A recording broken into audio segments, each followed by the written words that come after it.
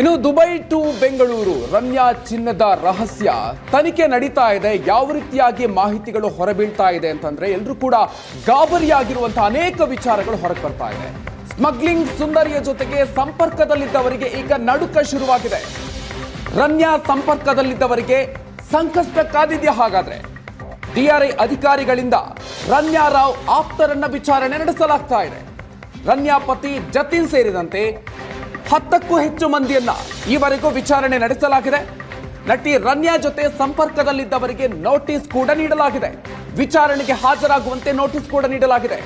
ರಮ್ಯಾ ಜೊತೆ ನಿರಂತರ ಸಂಪರ್ಕದಲ್ಲಿದ್ದವರನ್ನ ವಿಚಾರಣೆ ನಡೆಸೋರಿದ್ದಾರೆ. ಈಗಾಗಲೇ 10 ಮಂದಿಯನ್ನು ವಿಚಾರಣೆ ನಡೆಸಿದ್ದಾರೆ. ನೋಟಿಸ್ ನೀಡಿ ವಿಚಾರಣೆ ನಡೆಸ್ತಾ ಇದ್ದಾರೆ ಡಿಆರ್ಐ ಅಧಿಕಾರಿಗಳು. ರಮ್ಯಾ ಗೋಲ್ಡ್ ಸ್ಮಗ್ಲಿಂಗ್ಗೆ ನೆರವು ಕೊಟ್ಟವರಿಗೆ ಶಾಕ್ ಆಗ್ತಾ ಇದೆ.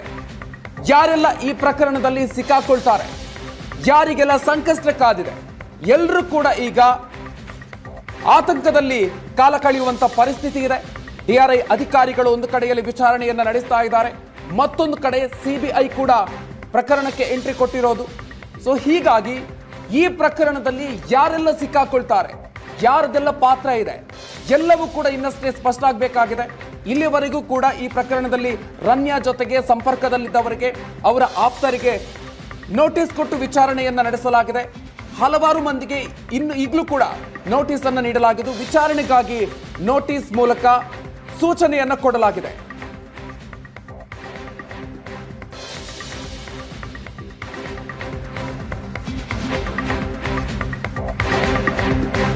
ರಮ್ಯಾ ಸಂಪರ್ಕದಲ್ಲಿದ್ದವರು ಎಲ್ರಿಗೂ ಕೂಡ ಈಗ ಸಂಕಷ್ಟ ಶುರುವಾಗಿದೆ.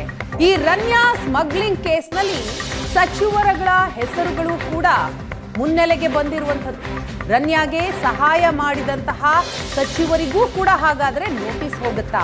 ಪ್ರಭಾವಿ ರಾಜಕಾರಣಿಗಳ ಜೊತೆ ರಮ್ಯಾ ಸಂಪರ್ಕದಲ್ಲಿರೋ ಕುರಿತಾಗಿ ಮಾಹಿತಿ ಸಿಕ್ಕಿದೆ. ಪ್ರಭಾವಿ ರಾಜಕಾರಣಿಗಳಿಗೆ ಹಾಗಾದ್ರೆ ನೋಟಿಸ್ ಹೋಗುತ್ತಾ? ಈ ಮೂಲಕ ವಿಚಾರಣೆಗೆ ಅವರು ಹಾಜರಾಗಬೇಕಾಗುತ್ತಾ? ಸೊ ರಾಜಕಾರಣಿಗಳಿಗೆ ಸಂಕಷ್ಟ ಶುರುವಾಗುತ್ತಾ ಅನ್ನುವಂತಹ ಪ್ರಶ್ನೆ ಈಗ. ಯಾವೆಲ್ಲ ರಾಜಕಾರಣಿಗಳಿಗೆ ವಿಚಾರಣೆಯ ಭಯ ಈಗ? ಪ್ರತಿದಿನ ಇಬ್ಬರಂತೆ ವಿಚಾರಣೆ ನಡೆಸ್ತಾ ಇದ್ದಾರೆ ಡಿಆರ್ಐ ಅಧಿಕಾರಿಗಳು.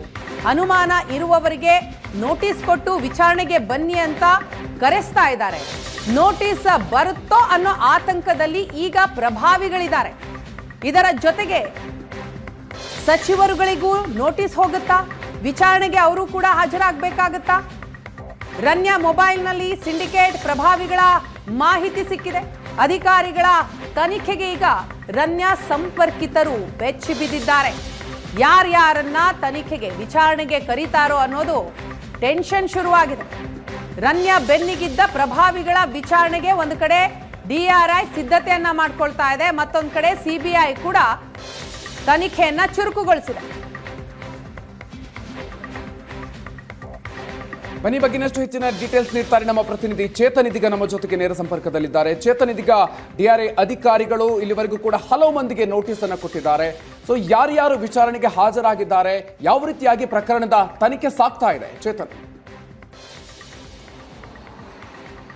ಮಧುಕರ್, ಅಂದ್ರೆ ಡೇ 1 ಇಂದನೂ ಕೂಡ ಡಿಆರ್ಐ ಅಧಿಕಾರಿಗಳು ಅಲ್ವರಿಗೆ ಒಂದು ನೋಟಿಸ್ ಅನ್ನು ಕೊಟ್ಟು ವಿಚಾರಣೆಯನ್ನ ನಡೆಸಿರುವಂತದ್ದು. ಅಂದ್ರೆ ಇಮ್ಮಿಡಿಯೇಟ್ಲಿ ರಮ್ಯಾ ಯಾವಾಗ ಅರೆಸ್ಟ್ ಆಗ್ತಾಳೆ ಆಕೆಯ ಪತ್ನಿ ಜತಿನ್ ಹುಕ್ಕೇರಿನೂ ಕೂಡ ಏನು ವಿಚಾರಣೆಯನ್ನ ಮಾಡಿರುವಂತದ್ದು. ಮತ್ತೆ ಆಕೆಗೆ ಒಂದು ಏರ್ಪೋರ್ಟ್ ನಲ್ಲಿ ಆಕೆಯನ್ನ ರಿಸೀವ್ ಮಾಡ್ಕೊಂಡಂತಹ ಕಾನ್ಸ್ಟೇಬಲ್ ಬಸವರಾಜ್ ಏನಿದ್ದಾನೆ ಆತನನ್ನು ಕೂಡ ಡಿಆರ್ಐ ಅಧಿಕಾರಿಗಳು ವಿಚಾರಣೆಯನ್ನ ಮಾಡಿ ಕಳಿಸಿರುವಂತದ್ದು. ಮತ್ತೆ ತರುಣ್ ರಾಜ್ ವಿಚಾರಣೆ ನಡೀತಾ ಇದೆ. ಮತ್ತೆ ಈ ಒಂದು ಸ್ಮಗ್ಲಿಂಗ್ ಕೇಸ್ನಲ್ಲಿ ರಮ್ಯಾ ರಾವ್ಗೆ ಯಾರೆಲ್ಲ ಒಂದು ಸಹಾಯ ಮಾಡಿದ್ರು, ಆಕೆಯನ್ನ ಏರ್ಪೋರ್ಟ್ ನಲ್ಲಿ ರಿಸೀವ್ ಮಾಡ್ಕೊಳ್ತಾ ಇದ್ದಿದ್ಯಾರು, ಅವಳು ಯಾರಕ್ಕೆ ಕರೆ ಮಾಡಿದ್ರು ಏನು ಅನ್ನೋದ್ರ ಬಗ್ಗೆ ಕಂಪ್ಲೀಟ್ ಆದಂತ ಒಂದು ಮಾಹಿತಿಯನ್ನ ಡಿಆರ್ಐ ಅಧಿಕಾರಿಗಳು ಇಟ್ಕೊಂಡಿರುವಂತದ್ದು. ಹೀಗಾಗಿ ಡೈಲಿ ಒಬ್ರಲ್ಲ ಒಬ್ಬರಿಗೆ ಒಂದು ನೋಟಿಸ್ ಅನ್ನ ಕೊಟ್ಟು ವಿಚಾರಣೆಗೆ ಕರೀತಾನೆ ಇದ್ದಾರೆ. ವಿಚಾರಣೆಯನ್ನ ಅವರ ಹೇಳಿಕೆಗಳನ್ನು ಕೂಡ ಡಿಆರ್ಐ ಅಧಿಕಾರಿಗಳು ಒಂದು ದಾಖಲು ಮಾಡ್ಕೊಳ್ತಿರುವಂತದ್ದು. ಅಂದ್ರೆ ದುಬೈನಿಂದ ರಮ್ಯಾಗೆ ಇಲ್ಲಿ ರಮ್ಯಾನ ಏರ್ಪೋರ್ಟ್ ನಿಂದ ರಿಸೀವ್ ಮಾಡ್ಕೊಂಡಿರೋದ್ರಿಂದ ಹಿಡಿದು ಇಲ್ಲಿ ಯಾರಿಗೆಲ್ಲ ಕಾಂಟ್ಯಾಕ್ಟ್ ಅಲ್ಲಿ ಇರ್ತಾ ಇದ್ಲು, ಯಾರಿಗೆಲ್ಲ ಒಂದು ಚಿನ್ನವನ್ನ ಕೊಡ್ತಾ ಇದ್ಲು ಏನು ಅನ್ನೋದ್ರ ಬಗ್ಗೆ ಒಂದಷ್ಟು ಮಾಹಿತಿಯನ್ನ ಡಿಆರ್ಐ ಅಧಿಕಾರಿಗಳು ತೆಗೆದುಕೊಂಡಿರುವಂತದ್ದು. ಹೀಗಾಗಿ 10ಕ್ಕೂ ಹೆಚ್ಚು ಮಂದಿಯ ವಿಚಾರಣೆ ಆಗ್ತಾ ಇದೆ. ಡೈಲಿ ಒಬ್ಬರಿಗೆ ಒಂದು ನೋಟಿಸ್ ಅನ್ನು ಕೂಡ ಕೊಟ್ಟು ವಿಚಾರಣೆಯನ್ನ ನಡೆಸ್ತಿರುವಂತದ್ದು. ಮತ್ತೆ ಪ್ರಭಾವಿ ರಾಜಕಾರಣಿಗಳು ಏನು ಈ ಒಂದು ಪ್ರಕರಣದಲ್ಲಿ ಇದ್ದಾರೆ ಅಂತ ಹೇಳಲಾಗ್ತಾ ಇದೆ, ಅವ್ರಿಗೂ ಕೂಡ ಒಂದು ನೋಟಿಸ್ ಕೊಟ್ಟು ವಿಚಾರಣೆ ನಡೆಸುವಂತಹ ಸಾಧ್ಯತೆ ಇರುವಂಥದ್ದು. ಮೊದಲಿಗೆ ಅವರ ಪತಿ ಮತ್ತು ಕಾನ್ಸ್ಟೇಬಲ್ ಹೀಗೆ ಬೇರೆ ಬೇರೆ ಎಲ್ಲರನ್ನು ಕೂಡ ವಿಚಾರಣೆ ಮಾಡಿ ಒಬ್ಬೊಬ್ಬರಾದ ಹೇಳಿಕೆಗಳನ್ನು ದಾಖಲು ಮಾಡ್ಕೊಳ್ತಾ ಇದ್ದಾರೆ. ಆದಷ್ಟು ಬೇಗ ಎಲ್ರಿಗೂ ಕೂಡ ನೋಟಿಸನ್ನು ಕೊಟ್ಟು ವಿಚಾರಣೆಯನ್ನ ಮಾಡುವಂತಹ ಸಾಧ್ಯತೆಗಳು ಇರುವಂಥದ್ದು. ಮಧುಕರ್.